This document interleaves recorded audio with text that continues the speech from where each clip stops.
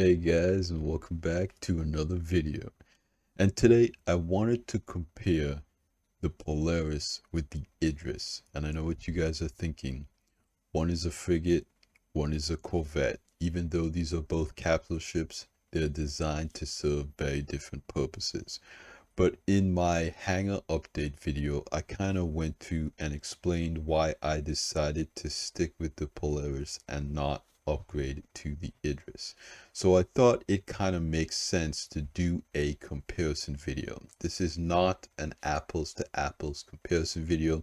This is just to give you guys context if you're looking at either one of these two ships. Now, they're both currently not available to purchase, but they more likely will be at this year's IAE. The Idris is, of course, a limited hull ship, but again, at the end of the day, you will be able to purchase both of these ships in game, and I believe that subscribers will have access to the Idris when 4.2 comes out. So I think it makes sense to make this video. And of course, if you are a subscriber, when you get your hands on the Idris, you'll be able to take a look for yourself and see if the ship is right for you. But this video is designed to go over what both of these ships have to offer and if they're the right capital ship for your fleet.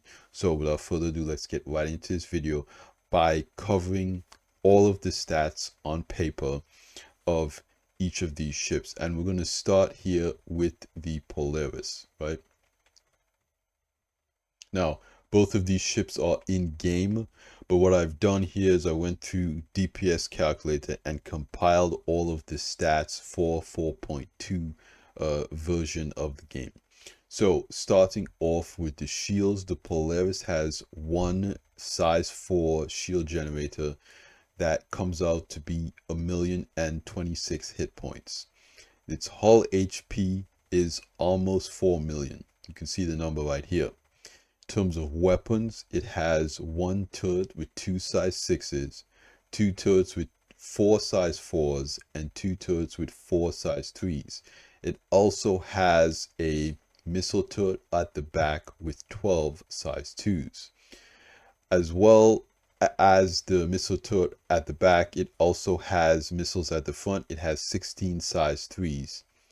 Then in terms of PDCs, it has 7 size 1 PDCs with a sustained DPS of 152. Then in terms of torpedoes, it has 28 size 10 torpedoes. Of course, these put a lot of damage, but again, I haven't put those numbers here because they might fluctuate as CIG does different balance changes. In terms of cargo capacity, the Polaris has maximum cargo of 576 SCU. Most people will not use the hangar to do cargo, off-grid storage, that type of thing. In terms of claim costs, it costs 44,030 aUEC to claim the ship.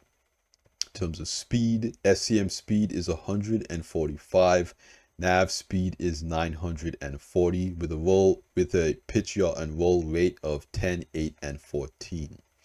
Then it has 4 tier 2 med beds, 2 jail cells, and 1 small hangar. CIG has categorized this hangar as a small hangar, but of course you'll see people fit medium-sized fighters in it.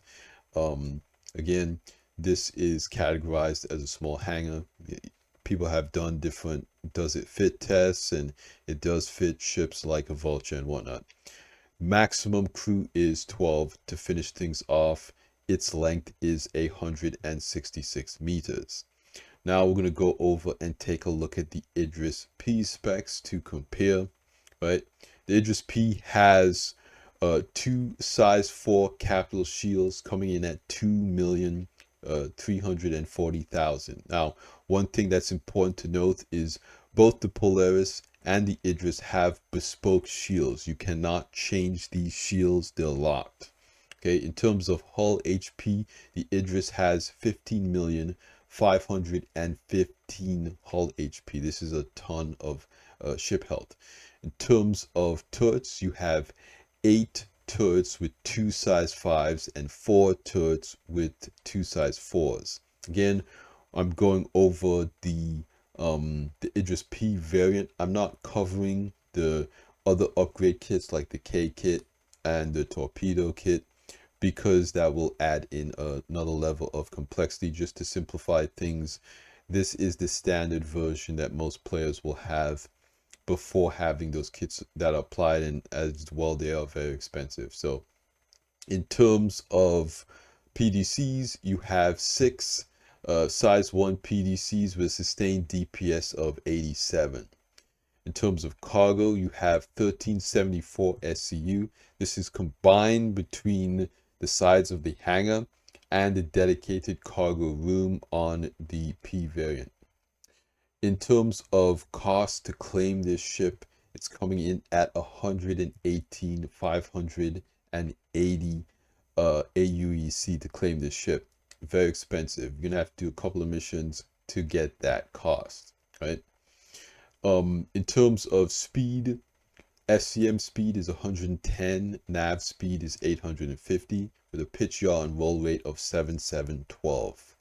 Now the Idris has one tier 1 bed and 4 tier 3 medical beds. So same amount of medical beds, 4 med beds on the Idris.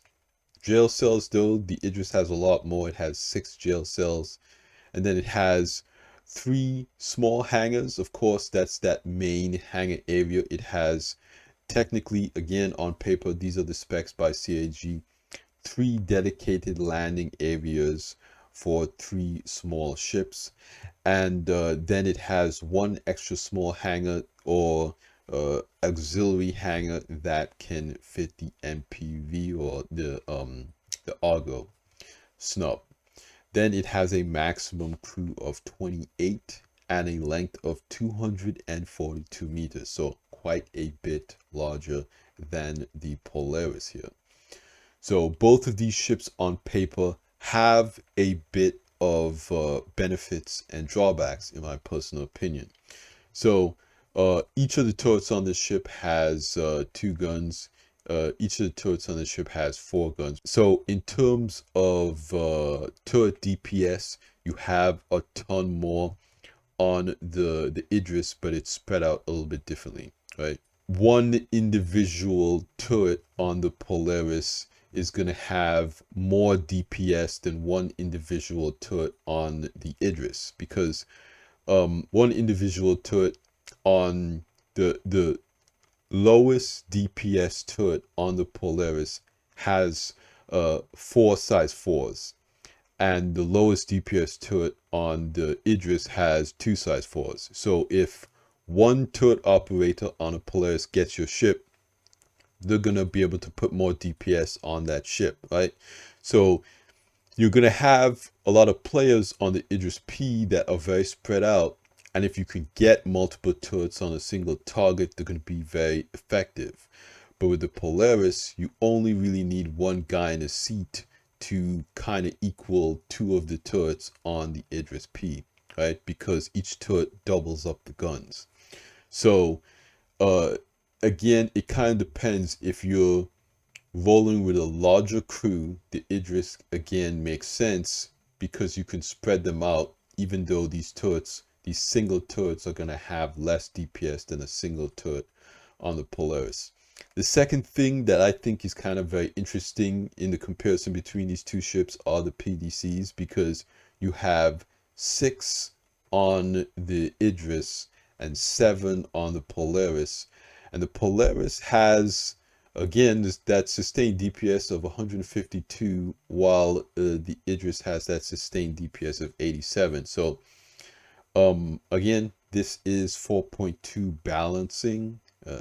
I don't know what the balancing is going to look like in the future or whatnot, but for right now, if you are a solo player and you're flying out there with a Polaris, you have a lot of defensive capabilities with those PDCs. If somebody shoots at your Polaris, those PDCs are really going to be able to do a lot of damage. They're going to be able to do a lot more damage than the Idris P's PDCs. But it's one of those things where the Idris doesn't need as many defenses because it has so much shields and so much hull HP, right?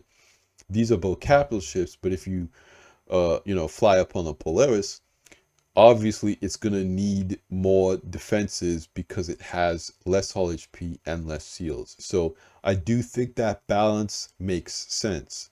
The next thing is, of course, cargo. Now, the Idris P has significantly more cargo than the Polaris, and people do use these ships for cargo. Again, I don't really know. I haven't really seen anybody using the hangar as off-grid storage, and I haven't really been seeing anyone use the Idris P's off-grid storage. So we're really only talking about the on-grid situation, just the hangar area on the Idris P, those two side areas for the cargo there. It is doable, but again, walking up and down that ramp, in my opinion, it's not practical. If you were going to do cargo at that scale, I would much quicker recommend an ironclad. You have about the same or a little bit more cargo space on an ironclad, and it will be far easier to load than an Idris. For the Polaris, it's kind of a similar situation, even though you have ramps on both sides. Going up and down those ramps are kind of annoying. It is a nice thing to have on the Polaris. You do have a tractor beam in that cargo area. So if you were going to do, some type of larger cargo missions, it would make sense. Again, the Polaris has good defenses. It has good shields. It has good hull HP. It's not too slow, right? It's faster than the Idris. And the cargo amount is, up there with ships like the Hull C's. A lot of the combat that I've seen between these two ships, it's not really similar size crew with the standard Idris versus a Polaris. It's really an upgrade kit Idris, multiple upgrade kit Idris versus one Polaris or something like that. So I would be really interested to see a even battle like a standard P versus a Polaris, maybe 4 crew total on each ship, and kind of just see what would happen, right? So if you had yourself and 3 buddies and you went out, what would kind of happen? That would be kind of interesting to see there. Now, I want to talk a little bit about ergonomics between these two ships really quickly. And I think this is kind of the real meat and potatoes of this video, even though, I've spoken about these two ships for a while now. The Idris was designed a while ago because of its prominence in Squadron 42. It is the hero ship in that game. So it has a very game level design, kind of like the Starfarer and the Reclaimer, right? It has that kind of maze-like interior. So to get through the ship is a lot less, ergonomic, I would say. Now, the way that CIG has designed ships is kind of like that more hallway design. And I'll kind of give you a good example. For instance, you look at something like the med bay, for instance. A big gripe of the Carrack is that the med bay is not readily accessible to the hangar on the Carrack. You have to kind of go through the ship to get the person to the med bed to heal them. And that is pretty much the same scenario in the Idris, right? The medical bay is, inside the ship, deep within the hallways, right? So if you land a medical ship in the, in the hangar, you have to go all the way through the ship to get that patient to the med bed. In the Polaris, you land the ship in the hangar and the door is right there to your left. If you're landing facing the front of the ship, you just open the door to your left and the med bay is right there, right? Same thing with prison gameplay. You land the ship in the hangar and the cells are right there to the right. In the Idris, the area where prisoners are kept, you have to go through a bunch of hallways to make that happen. So it's not designed with that type. Like, again, it would make a lot of sense if like some of the flight ready room area on the sides of the Idris was the med bay, and the brig, so it would have that easy access to both sides, right? And then you have specific elevators on each side. Um, but it does make sense to be in the central area of the ship as well. So you can access the med bay from either side. But again, it's just such a large ship, there's only so much you can do with that versus the Polaris, which again is kind of like that hallway design that has, an area on each side where, it is very easy to access, especially from the hangar. So the second thing I would say is really defendability.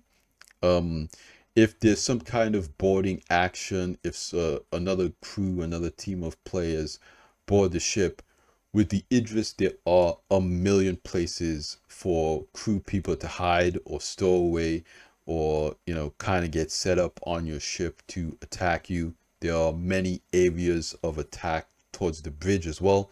Again, with the Polaris, it's that hallway design. So if there are any attackers, people who board your ship, they want to get to the bridge, and there's only one way to do that, so they're going to have to go to that main hallway. With the Idris, you have those two side entrances to the bridge and that elevator that you have to cover.